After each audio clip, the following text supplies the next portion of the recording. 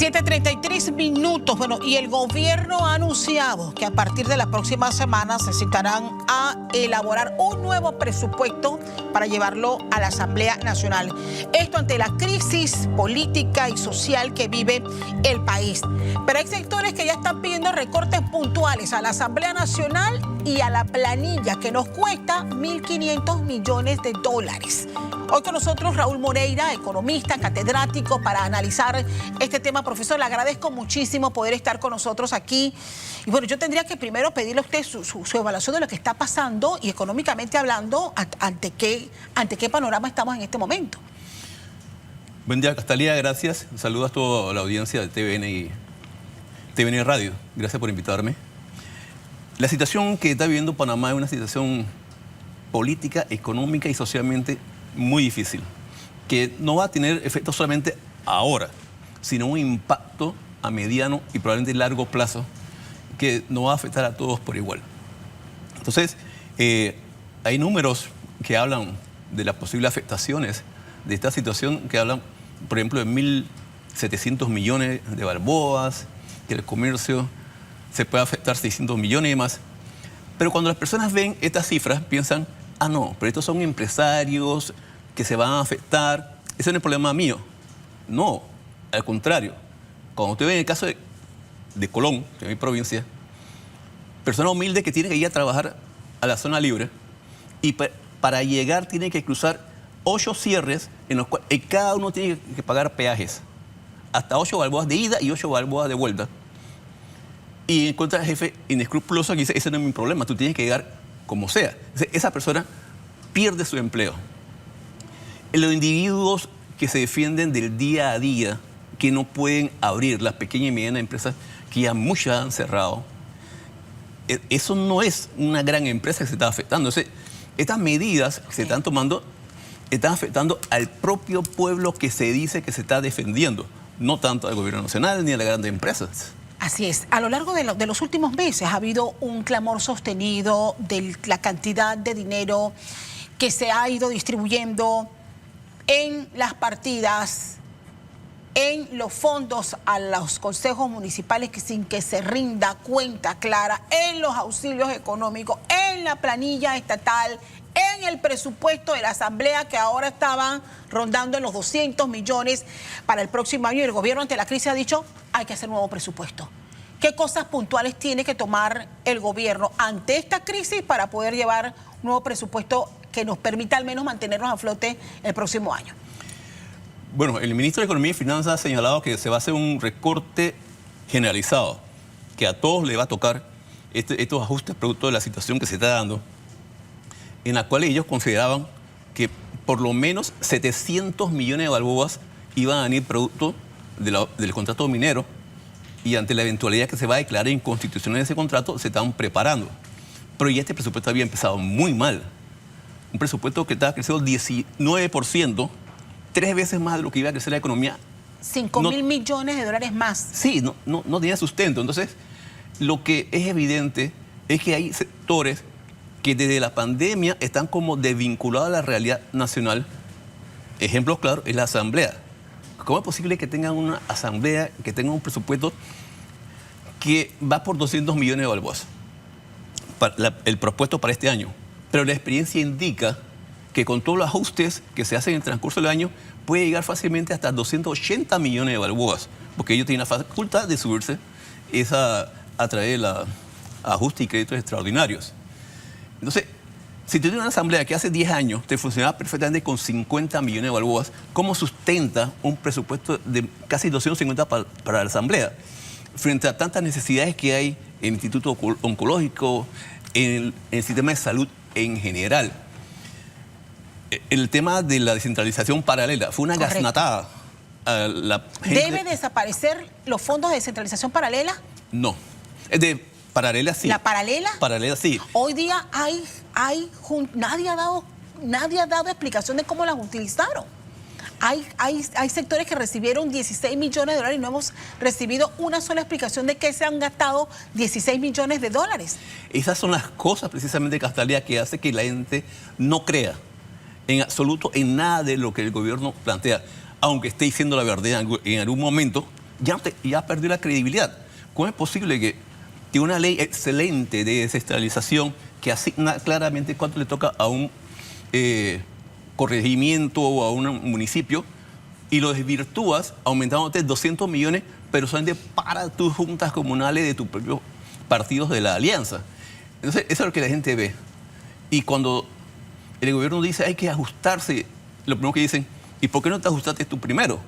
Y ya no están dispuestos a ¿Dónde tiene que ajustarse, profesor Moreira? ¿Dónde es imperdonable que no ajuste el gobierno? En la Asamblea Nacional. En primer lugar, en la Asamblea Nacional hay que ajustar ese presupuesto. No tiene ninguna razón de ser y que no tiene razón de ser, sino que está aumentando para empeorar. Que el presupuesto de la Autoridad de Descentralización, que se había dicho que no solamente estaba alto, sino que hice una reunión ahí extraña para subirlo más. Eso hay que ver. Ese presupuesto, en algún momento, Castalia, y con independencia de lo que estamos viviendo ahora, vamos a tener que sentarnos a discutir sobre el tema de las leyes especiales. Hablamos mucho de las planillas dentro del Estado. Solamente las leyes especiales añaden cada año 500 millones de balboas automáticamente a la planilla estatal.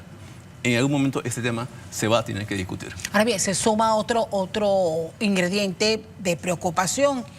Y ayer se anunciaba también que en efecto el 2024 se acaban las reservas para poder hacerle frente a los pagos de jubilados en este país. El tema de los jubilados y de la Caja de Seguro Social en general es patético, por decirlo menos.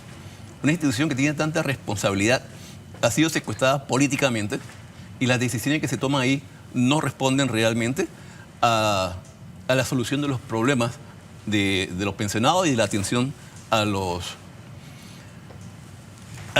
que trabajan y aportan a las cuotas. Entonces, eso hace que el tema de enfrentar la crisis del programa de invalidez, vejez y muerte, que supuestamente termina su reserva el próximo año, todavía pretendan seguir pateando la pelota, como dicen en política, hacia el gobierno que viene y tome la decisión. Eso es grave porque algunas personas piensan que eso es nada más un problema de los viejitos, no van a cobrar su pensión. Pero debe pensar que esos viejitos tienen un préstamo en un banco, sí, en una financiera, y el daño que haría al sistema económico en general sería catastrófico si se llegara a acabar la reserva para pagar las pensiones de los jubilados. Bueno, y todos los que han hecho análisis de la crisis señalaban que veían al gobierno haciendo aportes a los fondos para poder sostenerlos mientras se revisaban las normas. Había una proyección del 6% del crecimiento de nuestra economía. Sin embargo, ¿qué puede pasar ahora? Ayer presentaba un informe donde se señala que requerimos al menos 7.000 millones de dólares para hacer efectivo el pago de nuestros compromisos como Estado. O sea, ¿cómo podemos, ante esta situación, ante estos elementos, y hay muchos más, profesor Moreira, o sea, ¿qué va a recibir la próxima administración? ¿Qué economía va a recibir la próxima administración gubernamental? Sí, antes de la crisis, cuando se presentó el balance fiscal a mes de septiembre, el gobierno nacional estaba gastando 3.000 millones más por encima de lo que estaba recibiendo en tema de ingresos, o sea, 1.400 millones por encima de lo que establece la Ley de Responsabilidad Social Fiscal, que es el 3% del PIB este año. Con este tema de la crisis y la afectación a las empresas y el mismo gobierno, su capacidad de recaudación de tributos, la estimación que se han hecho es que esos 3.000 millones van a subir a cifras, ya han señalado el día de ayer, por ejemplo, de 7.000 millones de balboas. El próximo gobierno va a tener que tomar decisiones difíciles, porque ya teníamos un problema con la deuda antes de la crisis que estamos viviendo actualmente, y ahora se suma esto. Entonces, decisiones que, bueno, podrían llevar de pronto hasta un incremento del ITBMS,